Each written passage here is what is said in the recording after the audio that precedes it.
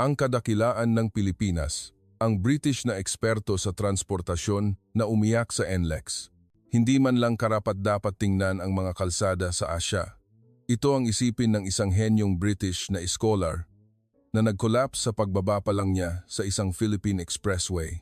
Ang shock ay sapat upang gawan ng emergency special feature ng BBC. Bakit ang babaeng ito, na may PhD mula sa Oxford at consultant sa transportasyon ng 7 bansa sa Europa, ay lumuha sa harap ng kamera at itinuring na toast ang kanyang 20 taong karera? Mas makinis na aspalto kaysa sa German Autobahn, isang rest area na 3 beses ang laki kumpara sa UK at ang mga serbisyong inihahain doon na lumalabag sa lahat ng European norms. Sa loob lamang ng 72 oras, ang European elite ay lumuhod sa harap ng pangkaraniwang pamantayan ng Pilipinas.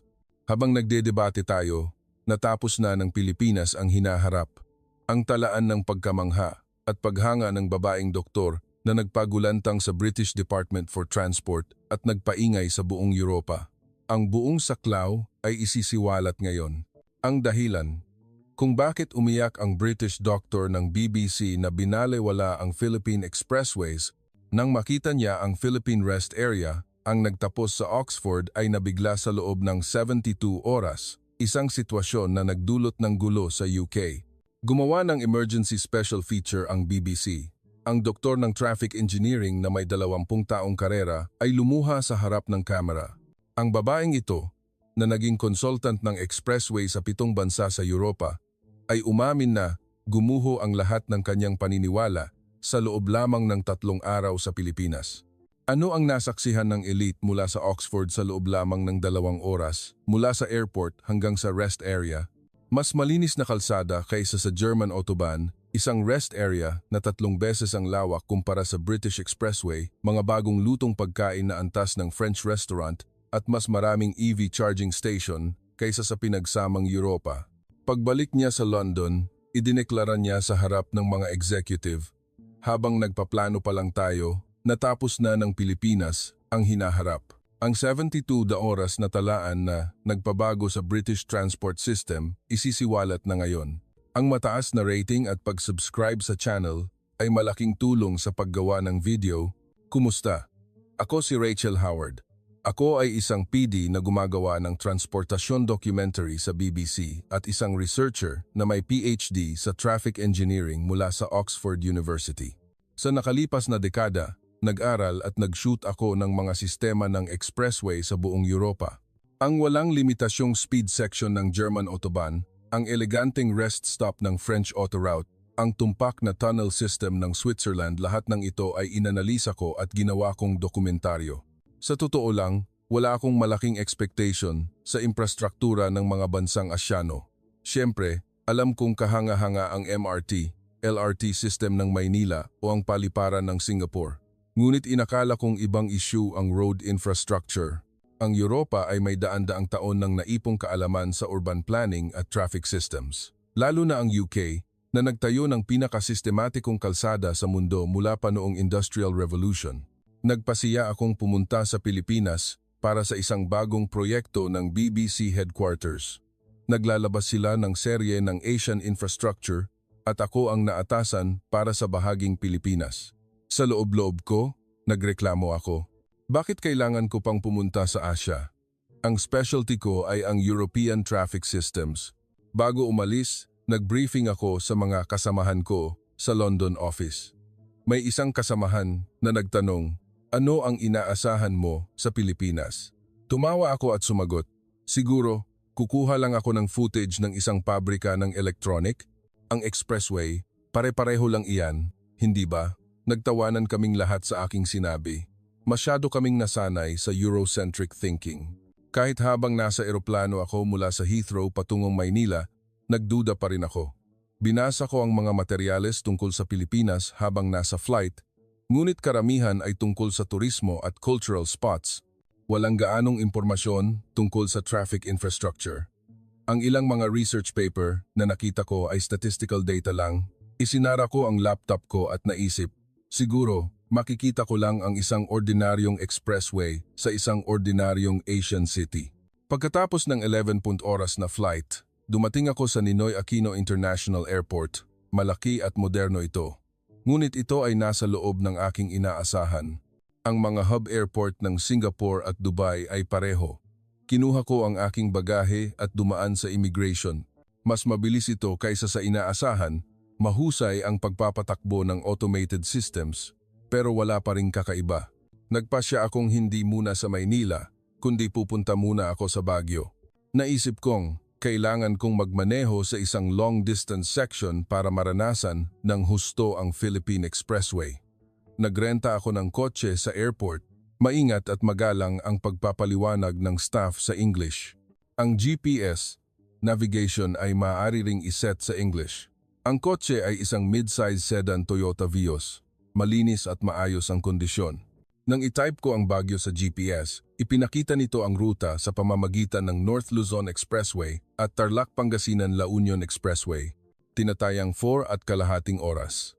Inayos ko ang camera sa passenger seat at umalis. Bilang isang documentary filmmaker, nakasanayan kong laging nakabukas ang camera. Umalis ako sa airport at pumunta sa entry ramp ng expressway. Ang road signs ay nakasulat sa Tagalog at English, kaya hindi naging mahirap ang paghahanap ng daan. May nakita akong kakaiba habang papalapit sa toll gate. Ang RFID Easy Trip System. Ito ay isang sistema na automatikong kinikilala ang sasakyan at kinakalkula ang toll. Dumaan lang ako nang hindi nagpapabagal. Sa UK, kailangan mong huminto sa toll gate. Pumasok ako ng tuluyan sa NLEX. Bandang 2:00 ng hapon, at dito nagsimulang magbago ang aking mga inaasahan. Ang kalagayan ng aspalto ay talagang kahanga-hanga. Mas makinis ito kumpara sa M1 ng UK o sa German Autobahn. Ang lane markings ay napakalinaw din. Bumulong ako sa camera, ang kalagayan ng kalsada ay mas mahusay kaysa sa inaasahan. Napakahusay ng kalidad ng paving. Sa puntong ito, inakala ko pa ring isa lang itong magandang kalsada. Ang talagang nakakagulat ay paparating pa lang. Habang nagmamaneho, may isang bagay na patuloy kong nakikita, ang mga electronic signboard. Nakalagay ang mga ito sa regular na pagitan, nagbibigay ng real-time na impormasyon ng trapiko. Traffic sa 10 km ahead, impormasyon sa aksidente, at maging ang bilang ng available na parking slot sa susunod na rest area. Ang ganitong detalyadong information system ay bihira sa Europa. Pagkatapos ng halos 1 oras na pagmamaneho, nagsimula akong magutom. Kumain ako sa eroplano, ngunit hindi marami. Tiningnan ko ang GPS at sinabi nito na mayroong San Miguel Mega Rest Area, SMRA, 30 kilometers pa. Hindi ako nag-expect ng marami at nagbigay lang ako ng signal. Plano kong mag-CR lang at uminom ng kape. Ngunit ang masasakihan ko sa rest area na iyon, ang magiging pinakanakakagulat na karanasan sa aking 20 taong karera. Nang pumasok ako sa rampa ng San Miguel Mega Rest Area, hindi ako makapaniwala. Ang laki ng parking lot ay napakalaki. Ang karaniwang rest area sa UK ay may mga 50 parking spaces. Ang malalaki ay hindi lalampas sa 100. Ngunit dito, mayroon itong hindi bababa sa 200 parking spaces. Ang mas nakakagulat ay ang napakalaking istruktura na tumatakip sa parking lot sa itaas. Ito ay solar panels. Isang malaking solar power facility ang nakakabit na tumatakip sa buong parking lot. Bumaba ako sa kotse, dala ang camera. Instinctively kong naramdaman na kailangan ko itong i-shoot. Naglalakad ako sa ilalim ng solar panel at tumingin sa paligid. Sa UK, nagdedebate na tungkol sa pag-install ng solar panels sa rest areas 5 taon na ang nakalipas. Ngunit hindi pa ito natutupad dahil sa issue sa budget, maintenance at technical na problema. Ngunit sa Pilipinas, nagawa na nila ito. Sa isang gilid ng parking lot, mayroong hanay ng electric vehicle charging stations. Binilang ko, 19 units. Ang rest area ng UK ay mayroon lang 4,005 EV chargers sa pinakamalaki at hindi lahat ng rest area ay mayroon. Ngunit dito mayroong 19 at karamihan ay ultra-fast chargers. Binasa ko ang information board sa tabi ng charger. Nakasulat ito sa Tagalog at English. Maximum 350 kilowatts, full charge in 20 minutes. Nagulat ako at sinabi sa camera, ito ay parehong specs sa pinakabagong charger sa Europa. Hindi ko alam na napaka-advanced na pala ng Pilipinas sa EV infrastructure. Dumaan ako sa parking lot patungo sa entrance ng gusali. Sa tabi ng entrance, mayroong facility map. Muli, nagulat ako. Ang rest area na ito ay may convenience store, food court, bakery, cafe, pati na rin kid space, nap rooms, at shower rooms. Ang rest area ng UK ay kadalasang may toilet, gas station, at isang maliit na tindahan. Ang malalaki ay may isa pang convenience store. Pumasok ako sa gusali, may mataas na kisame at malaking central hall. Dinisenyo ito upang makapasok ang natural light at komportable ang temperatura sa loob. Sa isang gilid, may information counter na may concierge. Lumapit ako at nagtanong sa English. "Excuse me, maaari po ba akong magtanong tungkol sa rest area na ito?" Ang isang batang babaeng staff ay ngumiti at sumagot. "Oo naman, ano po ang maitutulong ko?" Magaling ang English niya. Tinanong ko ang pinakamahalaga sa akin. Saan ginagamit ang kuryente na galing sa solar panels? Ipinaliwanag ng staff. Ang ilan ay ginagamit para sa sariling kuryente ng rest area at ang natitira ay para sa pag-charge ng mga electric vehicle. Kung may sobra, ibinebenta rin namin sa electric company. Tinanong ko ulit. Narinig ko na may shower room dito. Tumango ang staff. Opo, ito ay para sa mga long-distance truck driver. Maaari po nila itong gamitin ng libre. Gulat na gulat ako at nagtanong, libre? Opo. Isa po itong pampublikong serbisyo na pinapatakbo ng Tollways Management Corporation. Sa UK, kailangang maghanap ng ibang truck stop ang mga driver ng truck para makaligo at may bayad pa iyon. Ngunit sa Pilipinas, libre itong inihahain sa rest area. Naintindihan ko na hindi lang ito issue ng pasilidad. Iba ang pilosopiya nila sa pagtrato sa mga driver. Pumunta ako sa comfort room. Sa entrance, may monitor na nagpapakita ng real-time congestion status pati na rin ang bilang ng available na cubicle. Pumasok ako at napakalinaw. Hindi ito maihahambing sa mga CR ng UK Expressway. May hand soap at sanitizer sa bawat sink at sapat ang toilet paper. May checklist ng paglilinis sa dingding. Sinasabi nito na i-inspeksyonin at lilinisin bawat 30 minuto. Tiningnan ko ang sheet at may checkmark sa bawat 30 minutong pagitan para sa petsa ngayon. Sabi ko sa camera, ang level ng pamamahala na ito ay tulad ng isang 5-star hotel. Hindi ka panipaniwala na posible ang ganitong pamamahala sa isang rest area ng expressway. Umalis ako sa CR at pumunta sa food court. At doon, muli akong nagulat. Napakaraming kainan, Filipino, Chinese, Western iba't ibang uri. Ang rest area ng UK ay karaniwang may burger chain o sandwich shop lang. Tiningnan ko ang menu ng bawat kainan. Ang nakakagulat ay ang presyo. Ang sizzling tapa meal sa isang Filipino restaurant ay £400 sa UK. Ang pagkain sa rest area ay hindi bababa sa £10 at hindi maganda ang kalidad. Ngunit dito, makatwiran ang presyo at ang mga larawan sa menu ay nagpapakita ng authentic na pagkain. Pumasok ako sa Filipino restaurant at umorder. Nang iutos ng staff ang order sa kusina, nagsimula agad ang pagluluto. Bukas ang kusina at nakita ko ang proseso ng pagluluto, bagong sahog at bagong luto on the spot. Karamihan sa rest area ng UK ay naghahain ng pre-cooked na pagkain na iniinit lang, ngunit iba dito. Pagkatapos ng 10 minuto, lumabas ang mainit na sizzling tapa set kasama ang kanin at sabaw. Kinuha ko ang kutsara at sumipsip ng sabaw. Nagulat ako. Hindi ito antas ng pagkain sa rest area. Pareho ito ng lasa sa kinakain mo sa isang tunay na restaurant. Malalim ang lasa ng sabaw at malambot ang tapa. Ang mga side dish ay malinis at masarap din. Kinuha ko ang kamera at kinunan ang pagkain habang nagsasalita. Hindi ka panipaniwala. Hindi ko inakalang mararanasan ko ang ganitong kalidad sa isang rest area ng expressway. Kalahati lang ang presyo nito kumpara sa isang restaurant sa London, ngunit mas masarap pa.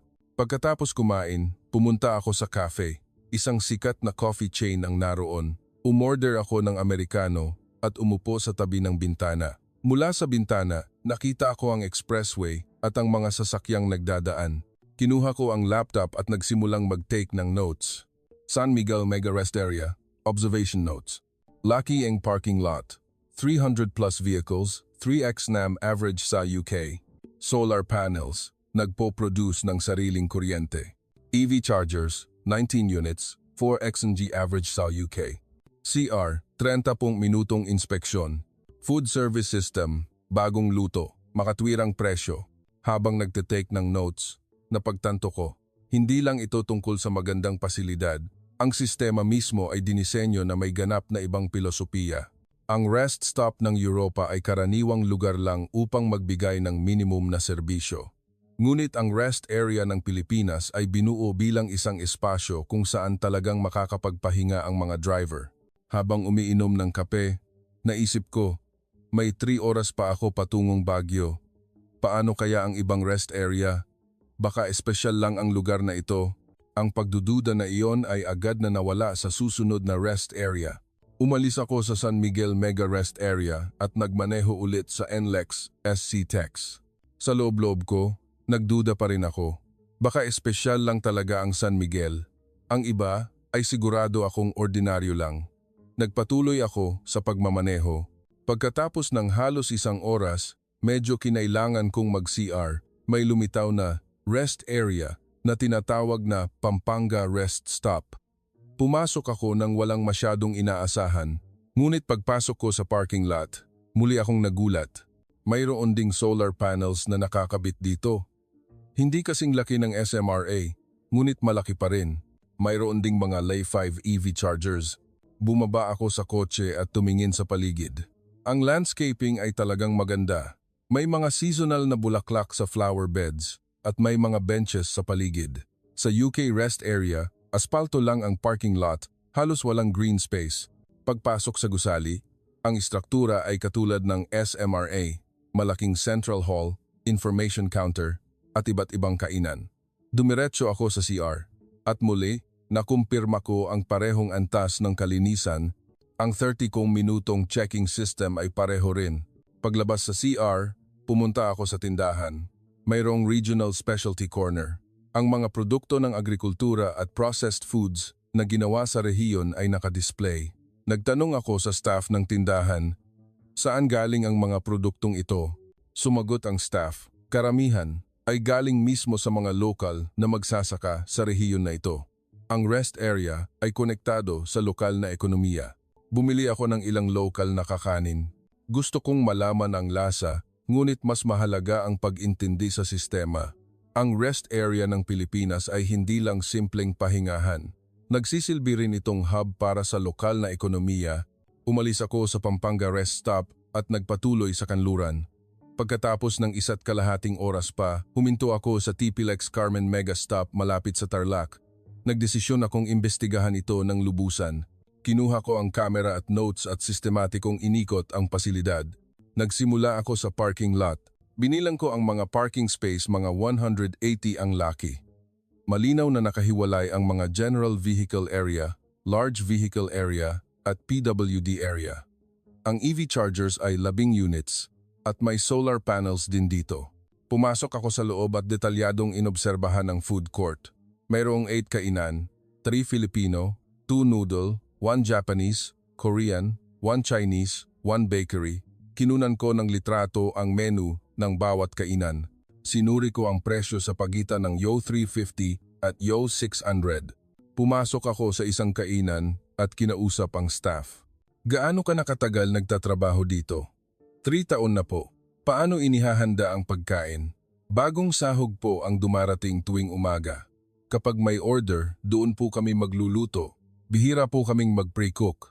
Nagulat ako. Gumagamit ang UK rest area ng pre-cooked na pagkain para sa efficiency. Ngunit sa Pilipinas, inuuna ang kalidad sa pamamagitan ng bagong luto.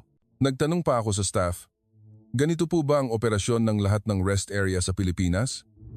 Tumango ang staff. Opo, halos pareho po. Maigpit po ang pamamahala ng TMC sa quality standards. Nag-note ako, ang puso ng Philippine Rest Area System, standardized high quality. Ito ay isang mahalagang pagtuklas. Hindi lang 1 o 2 lugar ang maganda, kundi ang buong sistema ay nananatili sa mataas na antas. Naghanap ako ng iba pang kakaibang pasilidad.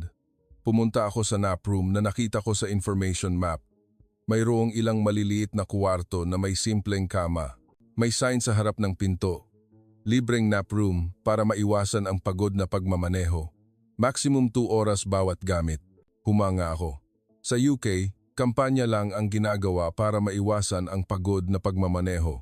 Naglalagay ng poster at advertisement. Ngunit hindi sila nagbibigay ng aktwal na espasyo para makapagpahinga ang mga driver. Iba ang Pilipinas. Nag-aalok sila ng praktikal na solusyon. Tiningnan ko rin ang shower room. Malinis ang dressing room at shower stalls. Mayroon ding mga tuwalya. Isang truck driver ang katatapos lang maligo, kaya humingi ako ng pahintulot at humiling ng interview. Madalas po ba kayong gumagamit ng pasilidad na ito? Opo. Halos tuwing dadaan ako. Kailangan talaga ng paliligo kapag long distance drive. Hindi po ba? Libre po ba? Opo. Libre po talaga. Kahit sinong truck driver ay pwedeng gumamit. Napakalaking tulong po nitong pasilidad. Naramdaman ko ang tunay na pasasalamat sa mukha niya. Napagtanto ko noon, ang rest area ng Pilipinas ay hindi lang komersyal na pasilidad para kumita. Ito ay resulta ng seryosong pag-aalala para sa kaligtasan at kapakanan ng driver. Pumunta rin ako sa kids space. Ito ay isang maliit na playground facility, ngunit mahusay ang pagkagawa para makapaglaro ang mga bata ng ligtas. Mayroong mag-asawang may anak, kaya humiling ulit ako ng interview. Malaking tulong po ba ang pasilidad na ito? Sobrang tulong po. Naiinip ang bata sa long drive, pero pag naglaro sila rito, gumaganda ang mood nila at nakakapagpahinga rin kami. Nagtanong sila sa akin, wala po bang ganitong pasilidad sa ibang bansa? Ngumiti ako ng may lungkot. Opo, wala sa UK.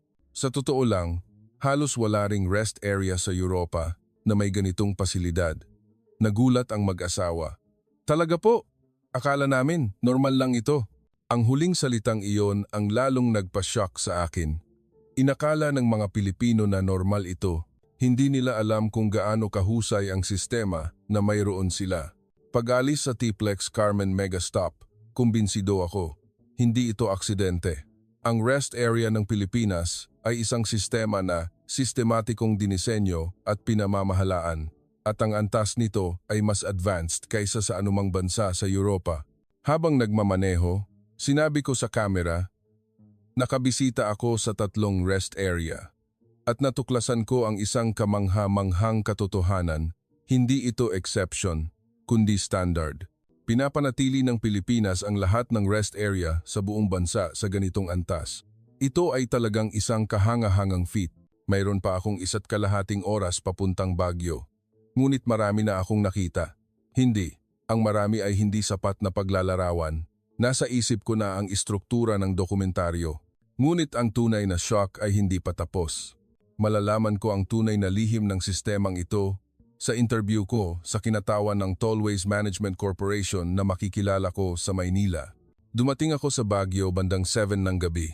Inayos ko ang mga gamit ko sa hotel at binuksan ang laptop. Napagtanto kong napakaraming bagay na dapat ayusin habang nire-review ang footage na kinuha ko kanina. Ngunit mas nangingibabaw ang excitement kaysa sa pagod. Pakiramdam ko may natuklasan akong talagang espesyal. Kinaumagahan, maaga akong bumisita sa opisina ng TMC sa Maynila. Humingi ako ng interview ng mas maaga. Nang ipakilala ko ang sarili ko bilang BBC documentary filmmaker, malugod nila akong tinanggap. Sinalubong ako ni G. Dela Cruz, ang Vice-Presidente ng Operasyon ng Rest Area. Inilabas ko ang mga tanong na inihanda ko. Ngunit mula sa unang tanong, lumihis ito sa aking inaasahan. Ginoo, ilang rest area po ba ang mayroon ng Pilipinas? Sumagot si G. Dela Cruz, ang TMC at mga affiliate operators ay nagpapatakbo ng humigit kumulang 800 rest area at parking area sa buong bansa. Gulat akong nagtanong, lahat po ba ng iyon ay pareho ng antas ng nakita ko kahapon? Tumango ang VP. Opo, pinamamahalaan namin ang lahat ng pasilidad ng pahingahan sa buong bansa sa iisang standard. Ang standard ng pasilidad, standard ng kalinisan, at standard ng serbisyo ay standardized lahat. Ito ay talagang nakakagulat. Ang UK ay may mga 100 rest area sa expressway, ngunit magkakaiba ang operator kaya magkakaiba ang kalidad. Ang ilan ay maganda, ngunit ang ilan ay napakalala. Ngunit pinamamahalaan ng Pilipinas ang buong sistema na may pinag-isang standard. Nagtanong ako ng isa pa, totoo po ba ang tungkol sa 20 minutong pag-check sa CR? Tumawa si G. De La Cruz at sumagot, opo, totoo po. Inuuna namin ang pamamahala sa kalinisan. Ang bawat area ay may dedikadong cleaning staff at inaatasan silang gumawa ng checklist bawat 30 minuto. Nag-alala ako. Ang pagpapanatili ng ganoong sistema ay tiyak na magastos. Paano ninyo nakukuha ang profit margin? Nagsimulang magpaliwanag ang VP. Ang rest area ay hindi lang simpleng negosyo para kumita. Ito ay bahagi ng pampublikong serbisyo. Siyempre, mahalaga rin ang kita, ngunit mas mahalaga ang kaligtasan at convenience ng driver. Nagpatuloy siya sa pagpapaliwanag. Halimbawa, ang shower room o nap room ay hindi direktang kumikita, ngunit pinipigilan nila ang aksidente dahil sa pagod na pagmamaneho. Kapag nabawasan ang aksidente, bumababa ang social cost. Mas malaking halaga iyon. Tumango ako. Ito ang core. Ang rest stop ng Europa ay kadalasang pinapatakbo ng pribadong kumpanya para sa kita. Ngunit ang Pilipinas ay may sistema na isinasaalang-alang ang public good at profit ng sabay. Tinanong ko rin ang tungkol sa EV charging infrastructure. Ang pag-install ng 15+ chargers sa bawat rest area ay malaking investment. Ipinaliwanag ng VP, ang layunin namin ay magdagdag ng chargers sa lahat ng major rest area pagsapit ng 2025. Karamihan sa mga major location ay kumpleto na. Gulat akong nagtanong, iyan po ba ay polisiya ng gobyerno? Opo, bahagi po ng carbon neutrality policy. Ang charging infrastructure ay mahalaga para sa paglaganap ng EV. Ang rest area ng expressway ang pinaka-epektibong charging hub. Nagpaplano rin ang UK na palakihin ang EV charging infrastructure, ngunit nasa planning stage pa. Mga issue sa budget, espasyo, at supply ng kuryente, maraming bundok na kailangang akyatin. Ngunit ang Pilipinas ay nagawa na ito. Hindi ito plano, kundi katotohanan. Tinanong ko rin ang tungkol sa solar panels. May solar panels po ba sa lahat ng rest area? Sumagot ang VP. Karamihan sa major location ay mayroon. Nagpo-produce kami ng kuryente na kayang gamitin ng daan-daang kabahayan. Ang sobrang kuryente ay ibinebenta, kaya kumikita rin. Humanga ako.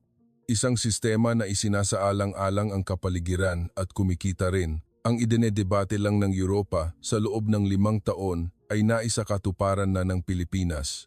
Tinanong ko rin ang tungkol sa quality control ng pagkain. Narinig ko na bagong luto ang hinahain ng bawat kainan. Paano ninyo pinamamahalaan ang kalidad? Ipinaliwanag ng VP, nagsasagawa kami ng regular na sanitary inspection. Ang mga food expert ay sumasali bilang evaluation committee. Kung hindi naabot ang standard, maaari kaming mag-terminate ng kontrata. Kinuha niya ang cellphone niya at nagpakita ng litrato.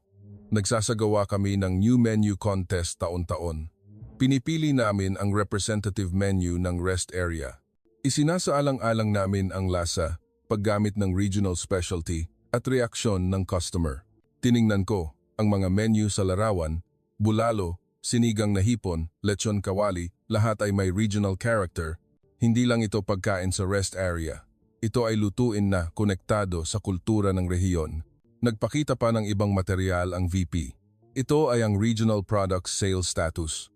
Ang bawat rest area ay nagbebenta ng mga produkto ng agrikultura at processed foods ng kani-kanilang rehiyon.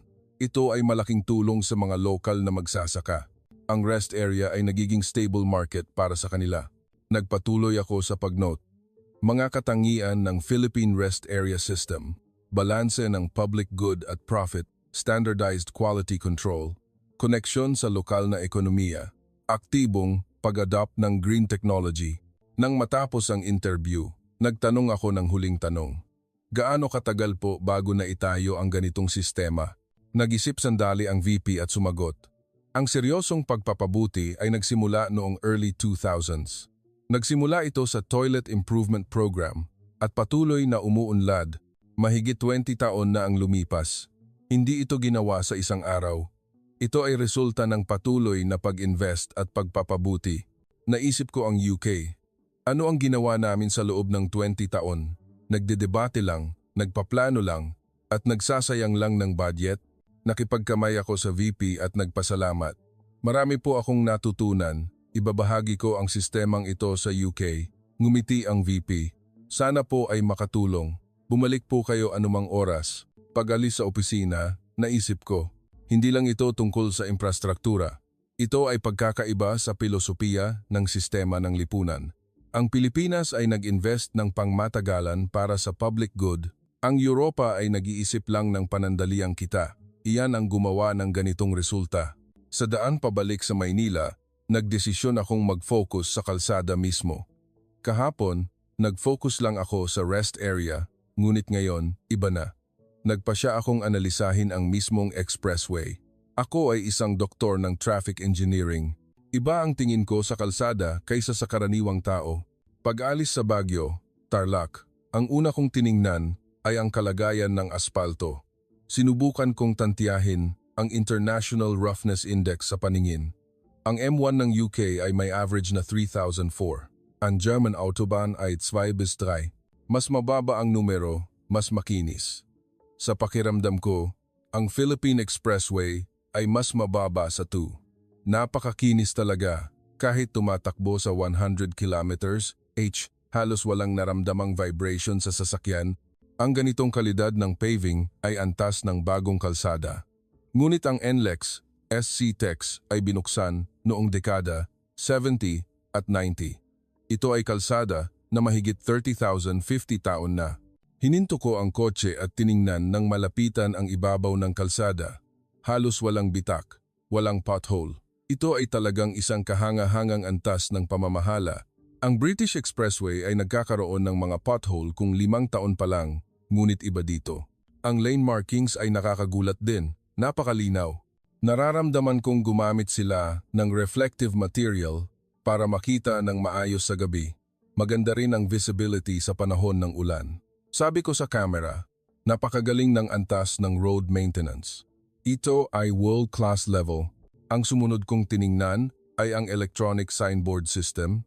Mayroong VMS na nakakabit sa bawat 5 kilometer at nagbibigay ito ng real-time na impormasyon. Traffic sa 10 kilometer zone, estimated time, 15 minutes, alternative route, available parking sa susunod na PA. Hindi pa ako nakakita ng ganitong detalyadong information system. May VMS din ng UK. Ngunit kadalasang nagpapakita lang ito ng speed limit o babala sa aksidente. Hindi ito nagbibigay ng real-time na daloy ng trapiko o alternative routes. Nag-curious ako at tumawag ako sa Traffic Control Center ng TMC.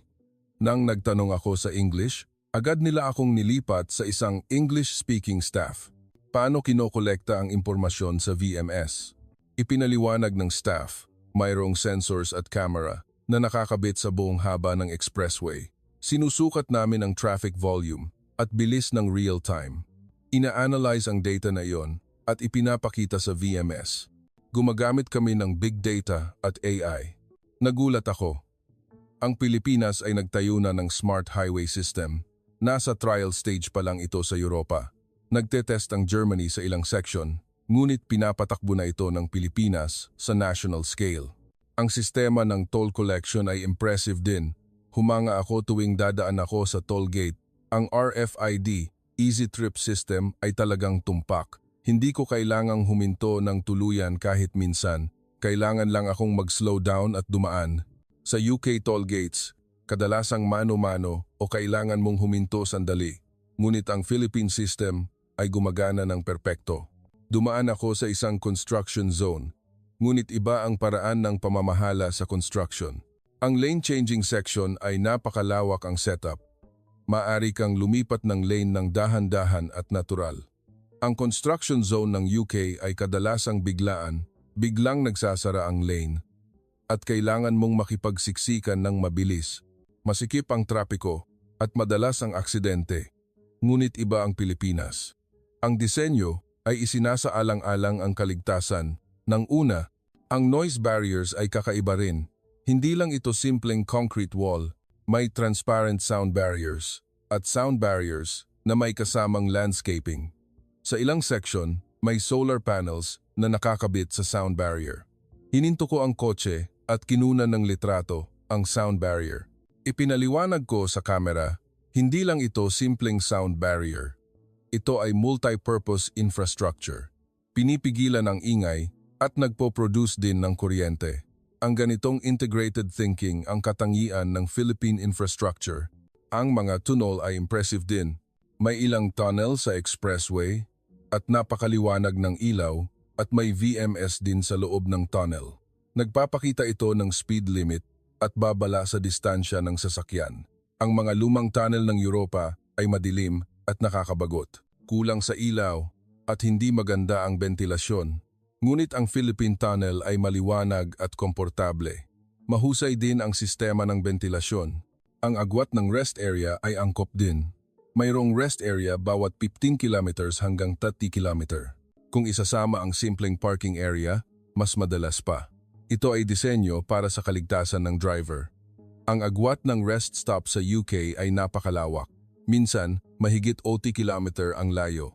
Kailangan mong tiisin kung kinakailangan mong mag-CR o inaantok ka. Ngunit ang Pilipinas ay dinisenyo para makapagpahinga ka anumang oras. Malapit sa Tarlac, nagdesisyon akong bisitahin ang Traffic Control Center ng TMC. Nag-request na ako ng appointment ng mas maaga. Pagdating ko sa center, napakalaking monitor ang bumabalot sa pader. Ipinaliwanag ng staff, dito namin monitor ang lahat ng expressway sa real time. Kung may aksidente, agad naming nalalaman at umaaksyon. Agad naming pinapadala ang patrol car. Ang nakita ko sa screen ay talagang kahanga-hanga. Ang daloy ng trapiko sa expressway ay ipinapakita ng real time. Ang congested section ay pula at ang smooth section ay berde. Nang i-zoom in ng staff ang screen, nakita pa ang individual na sasakyan. Nagtanong ako, ang AI system po ba ay automatikong nakadetect ng aksidente? Opo, tama po. Kung huminto ang sasakyan o mayroong abnormal na paggalaw, magti-trigger ang alarm. Kinukumpirma ng staff at inaaksyonan kung kinakailangan. Ito ay talagang sistema ng hinaharap. Nasa research stage pa lang ito sa Europa. Ito ay mga teknolohiya na nababasa sa mga research paper. Ngunit naisa katuparan na ito ng Pilipinas. Pag-alis sa center, kumbinsido ako. Ang Philippine Expressway ay hindi lang simpleng kalsada. Ito ay intelligent traffic system na may advanced technology at ang antas nito ay nangunguna sa lahat ng bansa sa mundo. Pagbalik sa hotel sa Maynila, nagsimula akong ayusin ang data. Ikinalat ko ang lahat ng footage, larawan, interview at notes na nakolekta ko sa loob ng 3 araw at sistematikong inanalisa. Bilang isang traffic engineer, kailangan ng objective comparison. Gumawa ako ng table sa laptop. Isang table na nagkukumpara sa UK, Germany, France at Pilipinas. Sinimulan kong magbigay ng score bawat kategorya. 1. Road quality, comprehensive evaluation, ng smoothness, lane markings at maintenance.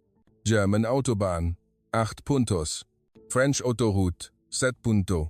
UK Muno, 6 puntos. Philippine Expressway, 9 puntos. 2. Rest area facilities, evaluation, Laki, Kalinisan at convenience facilities. Germany, 7 puntos.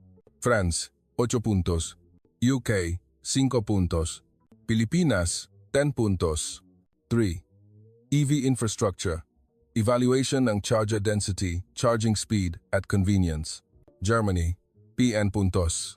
France, 6 puntos. UK, 5 puntos. Pilipinas, 9 puntos. 4. Information system, evaluation ng VMS density, information level at real-time capability. Germany, 8 puntos. France, 6 puntos. UK, 5 puntos. Pilipinas, 10 puntos. 5. Food quality, evaluation ang kalidad at variety and menu. Germany, 6 puntos. France, 8 puntos. UK, 4 puntos. Pilipinas, 9 puntos. Nang makumpleto ang table, naging malinaw. Ang Pilipinas ay nangunguna sa Europa sa halos lahat ng kategorya. Kinumpirma ng objective data ang aking pakiramdam. Ngunit gusto kong mas malalim pa. Bakit naging ganito ka-advanced ang Pilipinas? Hindi lang ito simpleng paggastos ng maraming pera. Kailangan may pagkakaiba sa filosofiya. Hinanap ko ang report ng British Department for Transport. Mayroon silang Expressway Improvement Plan, EV chargers sa 50 rest area pagsapit ng 2030, modernisasyon ng CR pagsapit ng 2035. Mahusay ang plano, ngunit mabagal ang execution. Hinanap ko rin ang Philippine data. EV chargers sa karamihan ng rest area ay kumpleto na pagsapit ng 2025.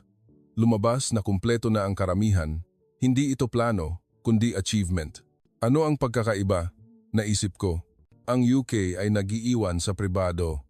Nag-invest lang sa mga lugar na kumikita, ngunit ang Pilipinas ay responsibilidad ng toll operator.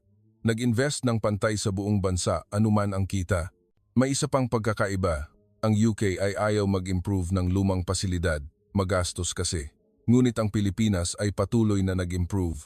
Ang rest area na 20 taon na ay nire-renew pa rin. Naghahanap ako ng konkretong halimbawa. Ang isang rest area sa M1 ng UK ay pareho pa rin sa loob ng 30 taon.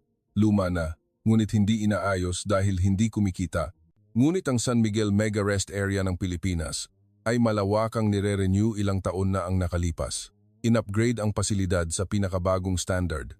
Inanalisa ko rin ang cost effectiveness. Ang UK ay nag-invest ng humigit kumulang £50,000 sa rest area taon-taon. Ang Pilipinas ay nag-invest ng humigit kumulang 10 milyon bawat rest area taon-taon. Halos pareho ang investment. Ngunit ang resulta ay ganap na magkaiba. Ang UK ay nagbibigay ng minimum na function. Ang Pilipinas ay patuloy na nagpapabuti at nagpapalawak. Nagagawa nila ang mas marami sa parehong pera. Pagkakaiba sa efficiency. Iba rin ang operating philosophy. Ang rest area ng UK ay ang profit maximization ang layunin. Mataas ang presyo at sapat lang ang kalidad. Ngunit ang Pilipinas ay ang public service ang layunin. Naghahatid ng mataas na kalidad sa makatwirang presyo. Hinanap ko rin ang User Satisfaction Survey. Ang satisfaction rate ng UK Expressway Rest Area ay mga 60%. Marami ang hindi nasisiyahan. Ang Pilipinas ay mahigit 90%. Karamihan ay nasisiyahan. Ikumpara ko rin ang speed of technology adoption.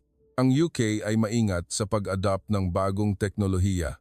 Naghihintay hanggang matapos ang verification. Average na 6 taon, ang Pilipinas ay mabilis. Nag-introduce kasabay ng verification. Sapat na ang average na 3 taon. Tingnan natin ang RFID, Easy Trip System.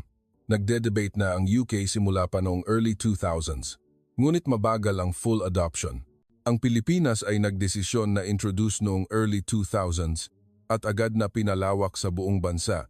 Ilang taon lang ang lumipas. Ganoon din sa green technology. May debate tungkol sa pag-install ng solar panels sa rest area sa Europa. Ngunit natapos lang sa pilot project. Agad na pinalawak ng Pilipinas sa buong bansa. Naisip ko ang dahilan. Ang proseso ng decision-making sa Europa ay komplikado. Maraming stakeholder at kailangan ng consensus. Ngunit ang Pilipinas, ang TMC ay nagpupush ng consistent. Mabilis ang decision-making at mabilis din ang execution. Iba rin ang long-term plan. Ang UK ay nagpaplano bawat 5 taon. Kung magbago ang gobyerno, nagbabago rin ang plano. Ngunit ang Pilipinas ay nagpaplano bawat 20,030 taon, ang malaking direksyon ay pinapanatili. Kahit magbago ang administrasyon, ang NLEX, SCTEX ay isang magandang halimbawa. Mula nang mabuksan noong 1970s, patuloy na nag-improve sa loob ng mahigit 10 taon. Pagpapalit ng aspalto, pagpapalawak ng pasilidad, pag-introduce ng teknolohiya, patuloy na umuunlad. Ang M1 ng UK ay binuksan noong 1959. Mahigit 60 taon na, ngunit pinapanatili lang ito ng walang malaking pagpapabuti. Ang pagkakaiba na iyon ang gumawa ng gap ngayon. Iba rin ang investment sa tao. Ang Philippine Rest Area ay maraming staff. Sapat na tao ang inilaan para sa paglilinis, pamamahala at serbisyo. Ang UK ay nagpapatakbo sa minimum na staff para makatipid sa gastos. Ang pagkakaiba ay lumalabas sa kalidad ng serbisyo. Tiningnan ko ulit ang table. Nangunguna ang Pilipinas sa lahat ng kategorya. Hindi ito aksidente. Ito ay resulta ng sistematikong pagpaplano at patuloy na execution. Kinuha ko ang kamera at inayos. Ang pagkakaiba ng Pilipinas at Europa ay tatlo. Una, public good. Inuuna ng Pilipinas ang pampublikong serbisyo, inuuna ng Europa ang kita. Ikalawa, long-term versus short-term. Ang Pilipinas ay nag-invest ng pangmatagalan. Ang Europa ay nakafocus sa panandaliang resulta. Ikatlo, execution versus planning. Ang Pilipinas ay mabilis na umaaksyon, ang Europa ay matagal na nagpaplano. Ang tatlong ito ang gumawa ng gap ngayon at kailangan kong aminin, nangunguna ang Pilipinas. Pagbalik sa London, dumiretso ako sa BBC headquarters. Kailangan kong mag-present sa harap ng editor-in-chief at mga producers. Pumasok ako sa conference room, dala ang laptop at camera. Nagtanong ang editor, "Kumusta ang Pilipinas? Nakita mo ba ang inaasahan mo?" Huminto ako at sumagot, mas higit pa sa inaasahan. Hindi, binaligtad nito ang lahat ng aking prediksyon. Ipapalabas ko sa inyo ngayon. Inilipat ko ang video sa screen. Nagsimula ito sa solar panel sa parking lot ng San Miguel Mega Rest Area. Pagkatapos, 19 EV chargers, ang 30 minutong CR, ang tindahan ng bagong lutong pagkain, ang kids space at ang shower room. Nanahimik ang conference room. Lahat ay nakatutok sa screen. Nagpatuloy ako sa pagpapaliwanag. Hindi ito espesyal na rest area. Ito ang standard ng Pilipinas. Lahat ng rest area sa buong bansa ay nasa antas na ito. May isang producer na nagtaas ng kamay. Talaga bang ganoon ang lahat ng rest area? Opo. Personal akong bumisita sa 3 lugar at nag-interview sa TMC. Ang buong bansa ay pinamamahalaan sa iisang standard. Ipinakita ko ang comparison table, UK versus Pilipinas. Nangunguna ang Pilipinas sa lahat ng kategorya. Sabi ng editor, ito ay talagang nakakagulat. Mukhang minaliit natin ang Pilipinas. Tumango ako. Ako rin. Hindi ako nag-expect bago ako pumunta. Ngunit nang makita ko mismo, napagtanto ko. Ang Pilipinas ay isang bansa na kailangan nating matutunan. Nag-ingay ang conference room sa aking sinabi. Hindi madali para sa konserbatibong BBC na matuto mula sa isang bansa sa Asya. Ngunit mayroon akong kumpiyansa. Isa pang producer ang nagtanong, kumusta ang gastos? Hindi ba't mas malaking pera ang ginagastos ng Pilipinas kaysa sa atin? Ipinakita ko ang data. Tingnan ninyo, ang investment cost bawat rest area ay hindi malaking pagkakaiba sa UK. Ngunit ang resulta ay ganap na magkaiba. Nagtanong ang editor, kung gayon, ano ang pagkakaiba? Sinabi ko ang sagot na inihanda ko. 3. Una, pilosopiya. Inuuna ng Pilipinas ang pampublikong serbisyo, inuuna natin ang kita. Ikalawa, plano. Ang Pilipinas ay nag-invest ng pangmatagalan. Hinahabol natin ang panandaliang resulta. Ikatlo, execution. Ang Pilipinas ay mabilis na kumikilos. Matagal tayong nag-iisip. Nanahimik ang conference room. Tumama ang aking sinabi sa core. Sabi ng editor, gawin nating special feature. 1 oras na dokumentaryo. Ang titulo, ang kalsada ng hinaharap. Ano ang matutunan ng UK mula sa Pilipinas? Masaya ako. Tinanggap ang aking proposal. Mula noon, nagsimula ang seryosong produksyon. Inedit namin ang footage, inayos ang interview, at nirecord ang narration. Pagkatapos ng 2 linggo, nabuo ang unang cut. Nasiyahan ako, mahusay na naipakita ang Philippine system. Ngunit may kulang pa rin. Kaya nagdesisyon kaming mag-shoot pa. Nagpasya kaming i-shoot mismo ang rest area ng UK Expressway para ikumpara sa Pilipinas. Pinili ko ang isang ordinaryong rest area sa M1. Dinala ko ang camera. Maliit ang parking lot. Mga 50 sasakyan lang ang kayang iparada. Walang solar panels. 3 lang ang EV chargers. Pagpasok sa gusali, masikip at madilim. Luma ang CR. Hindi rin maganda ang kalagayan ng paglilinis. Ang kainan ay isang burger chain at sandwich shop lang. Mataas din ang presyo. Ang burger set ay £12. Kinunan ko ang lahat ng ito at inedit kasama ng Philippine footage. Ang contrast ay napakalinaw. Agad na makikita ng mga manonood ang pagkakaiba. Nang matapos ang dokumentaryo, nag-host kami ng screening. Inimbitahan namin ang mga BBC executive at transport officials. Sa loob ng 1 oras, nanahimik silang nanood. Nang matapos ang dokumentaryo, nagpalakpakan. Sabi ng isang executive, talagang kahanga-hangang gawa. Nagbigay sa amin ng maraming pag-iisip. Sabi rin ng isang opisyal ng transportasyon, napagtanto namin na marami tayong dapat ayusin. Naset ang broadcast date. Biyernes ng gabi, 9 p.m, prime time, sa BBC One. Kinabahan ako. Ano kaya ang reaksyon ng mga manonood? Sa araw ng broadcast, binuksan ko ang TV sa bahay. Nagsimula ang aking dokumentaryo. Nagsimula ito sa magandang night scene ng Philippine Expressway. Dumating ang aking narration. Inaral ko ang European Expressway sa loob ng 20 taon at sa Pilipinas, nagbago ang lahat. Habang tumatakbo ang broadcast, chinek ko ang SNS. Pumutok ang reaksyon. Ang Philippine Rest Area ay naging real-time trend sa Twitter. Nagulat ang mga tao. Totoo ba iyan? Napakahusay pala ng Philippine Rest Area. Kaya ba nating gawin iyan? Bakit hindi ginagawa ng gobyerno natin? Ang ganitong mga komento ay umaapaw. Kinaumagahan, sabay-sabay na nag-report ang mga pahayagan. The Times, Philippine Expressway, babala sa UK. The Guardian, ano ang dapat nating matutunan mula sa Pilipinas? The Telegraph, dokumentaryo, naglantad ng antiquity ng British infrastructure. Nakakuha ako ng hindi mabilang na request para sa interview. Radio, pahayagan, online media lahat ay gustong marinig ang tungkol sa Pilipinas. Sinubukan kong makipag-interview hanggat maaari. Sa isang interview sa radyo, nagtanong ang host, Doktor, talagang mas advanced ba ang Pilipinas kaysa sa atin? Sumagot ako ng malinaw. Opo. Sa sektor ng expressway infrastructure, tiyak na nangunguna sila at kailangan nating matuto. Ang dokumentaryo ay nag-rank din ng 1 na sa iPlayer viewership. Lumampas sa 3 milyong views sa loob ng 1 linggo. Ang mga komento ay umapaw. Karamihan ay nagpapahayag ng shock at inggit. Hindi ko alam na ganito na pala ang Pilipinas. Gusto kong pumunta sa Pilipinas sa susunod kong bakasyon at magmaneho mismo. Sana matuto rin ang gobyerno natin. Ang ganitong mga komento ay nakahilera. Pagkatapos ng 2 linggo ng broadcast ng dokumentaryo, tumawag ang British Department for Transport. Ang kalihim mismo ang gustong makipagkita. Pumunta ako sa gusali ng Department for Transport sa Westminster. Pagpasok ko sa opisina ng kalihim, may ilang senior officials na nakaupo. Sabi ng kalihim, na-impress ako sa dokumentaryo mo, Doktor. Napagtanto namin na kailangan din namin ng pagbabago. Tutulungan mo ba kami? Masaya akong pumayag.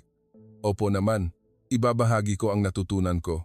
Mula noon, naging informal consultant ako ng British Department for Transport. Nagsimula kaming mag-aral kung paano i-adopt ang Philippine system sa UK. Ang unang issue ay ang EV charging infrastructure. Planong ipagbawal ng UK ang pagbebenta ng gasoline vehicles simula 2030, ngunit kulang ang charging infrastructure. Ipinakita ko ang Philippine case. Kailangan nating mag-invest ng malaki sa rest area ng expressway. Kailangan ng minimum na 10 units bawat rest area at kailangang kumpleto sa buong bansa sa loob ng 5 taon. Ganoon ang ginawa ng Pilipinas. Tumango ang mga opisyal ng transportasyon. Ngunit ang realidad ay hindi madali. Ang issue sa budget ang pinakamalaki. Mayroon ding issue na karamihan sa rest area ay pribadong pag-aari at hindi maaaring pilitin. Iminungkahi ko ang Philippine Method. Ang ahensya na may public character, tulad ng TMC ang dapat mamuno. Kung iiwan lang sa pribado, mag-invest lang sila sa mga lugar na kumikita. Ngunit kung pampublikong ahensya ang gagawa, pantay na investment ang magagawa sa buong bansa. Ang proposal ay nagdulot ng kontrobersya. Ang mga konserbatibo ay tumutol, nagsasabing dapat iwanan sa merkado. Ngunit ang progresibo ay pumabor, nagsasabing mahalaga ang public good. Sa huli, nagkaroon ng compromise solution. Isang paraan kung saan magtutulungan ang publiko at pribado, sumusuporta ang gobyerno at mag-invest ang pribado. Hindi ito perpekto, ngunit ito ay isang hakbang pasulong. Ang ikalawang issue ay ang pagpapabuti ng kalidad ng rest area. Ipinakilala ko ang Philippine 30p Minute Toilet Check System. Nagulat ang mga opisyal. 30 minuto bawat isa. Sobrang laki ng labor cost niyan. Ipinaliwanag ko. Ang halaga ay mas mahalaga kaysa sa gastos. Ang malinis na CR ay nagpapataas ng user satisfaction. Ang nasisiyahang user ay babalik. Sa pangmatagalan, tataas ang kita. Ngunit nagduda ang mga pribadong operator. Dahil tataas ang upfront cost, ipinakita ko ang Philippine Rest Area Revenue Data. Katibayan na ang mataas na kalidad ay nagdudulot ng mataas na kita. Ang ikatlong issue ay ang kalidad ng pagkain. Ang pagkain sa rest area ng UK ay sikat sa pagiging mahal at hindi masarap. Ipinakilala ko ang Philippine Bagong Luto na sistema. Sa halip na magbenta ng pre-cooked na pagkain na iniinit lang, kailangan nilang magluto kapag may order. Kailangan gumamit ng bagong sahog. Ganoon ang ginawa ng Pilipinas at nakakuha ng mataas na satisfaction. Ngunit hindi rin ito madali, magastos, at bababa ang efficiency. Nag-arrange ako ng teleconference interview sa isang manager ng restaurant sa Pilipinas. Ipinaliwanag ng manager, mahirap noong una. Ngunit natuwa ang mga customer at kumalat ang word of mouth. Ngayon, doble ang benta. Ang kalidad ay kita. Nakumbinsi ang mga opisyal ng UK. Nagdesisyon silang magsimula ng pilot program. I-introduce ang bagong luto na sistema sa 10 rest area bilang trial. Ang aking payo ay kumalat sa buong Europa, lampas pa sa UK. Tumawag ang German Department for Transport. Maraming bansa, tulad ng France, Netherlands at Sweden, ang nagpakita ng interes. Inimbitahan ako sa European Union Traffic Committee. Pumunta ako sa Brussels at nag-present. Ang titulo ay ang Philippine Expressway System. Ano ang dapat nating matutunan? Puno ang conference hall. Nagtipon ang mga transport officials ng iba't ibang bansa.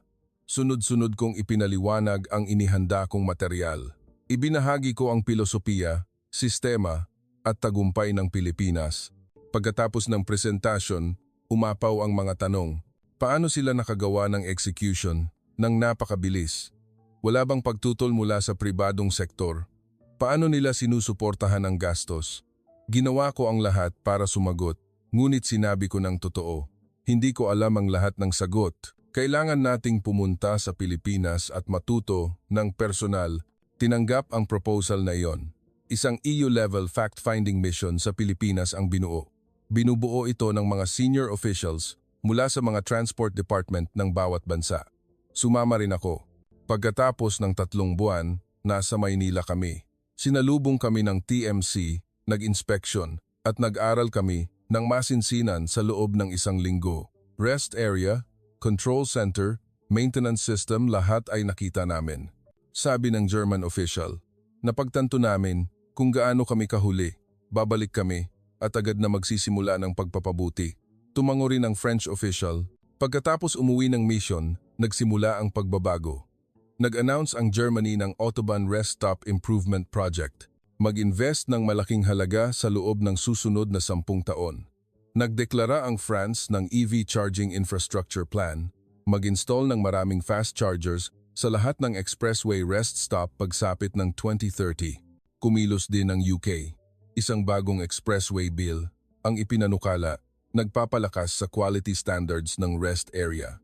May clause na kailangang sundin ng mga pribadong operator ang minimum standard. Natuwa ako sa lahat ng pagbabagong ito. Ang aking dokumentaryo ay naging maliit na binhi at ngayon tumutubo na sa buong Europa. Ngunit alam ko, ito ay simula pa lang. Aabutin ng 10,020 taon bago maabutan ang Pilipinas. Ngunit ang mahalaga ay nagsimula na tayo. Pagkatapos ng 1 taon, bumalik ako sa Pilipinas para sa pangalawang dokumentaryo. Sa pagkakataong ito, isasama ko ang pagbabago sa Pilipinas. Patuloy na nagtatayo ng mga bagong rest area at ang mga luma ay lalong umuunlad. Nagrenta ako ng kotse sa airport at nagmaneho ulit sa NLEX. Pamilyar na ang daan, ngunit kahanga-hanga pa rin. Ang pagkamangha na naramdaman ko noong 1 taon ay bumalik. Ang Pilipinas ay hindi humihinto sa pagunlad. Habang binibigyang halaga ng Europa ang Pilipinas, nangunguna na ito. Kinuha ko ang kamera at sinabi, ang kalsada ng Pilipinas ay hindi lang simpleng infrastruktura. Ito ay isang sistema na patuloy na umuunlad. At ito ay isang modelo na dapat matutunan ng mundo. Salamat sa panonood. Mag-subscribe sa channel dito.